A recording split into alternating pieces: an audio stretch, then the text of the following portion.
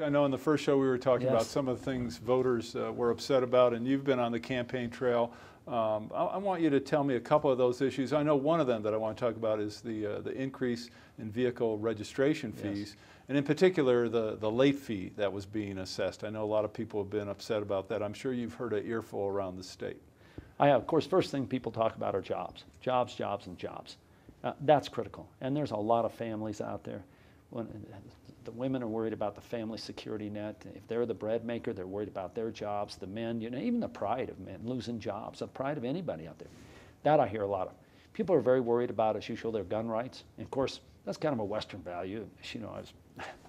I'm a big fan of the Second Amendment. I think it's very important. We hear people a lot about, hey, the federal government has intruded too much. Whatever happened to the 10th Amendment? What about these unfunded federal mandates?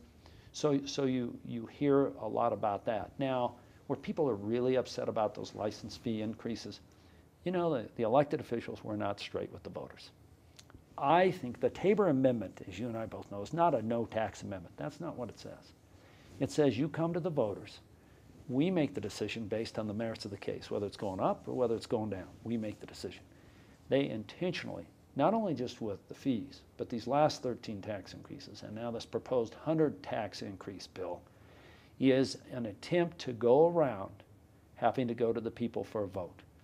I have found through my years of experience as an elected official, just kind of like dealing with your own children, just be straight with them. Look, you're 13. You shouldn't have been out driving the truck. Can't do that. It's 10 o'clock. You're supposed to be here at 9. I'm going to be straight with you. You're in trouble. Don't do it. Same thing here. That hasn't happened. What they decided to do is, hey, instead of facing the music, instead of, let's try and go around the voters. Let's try and nickel and dime the voters. They will find that it will never work. They get away with it this time. You can pretend you're who you're not, but at some point they know who you are. And at some point here, the people are going to say, no more of this stuff. Come to us. We want to decide. And by the way, and I'll wrap it with this, there are a lot of tax increases that actually have passed through Tabor. Why? Because the school districts or the pertinent district or quasi-government or whatever did that taxing, they went to the voters.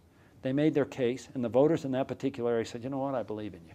I do think it's an investment for our future. It is an investment for the children, or it is where we want our vision to be.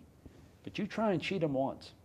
It's just like you or I, You and I do deals by handshakes, but the minute you or I shake a hand with somebody and they cheat us on the deal, there's no more handshakes. And that's the same thing here. The voters feel that the handshake was broken. That's not right. That's why they want change.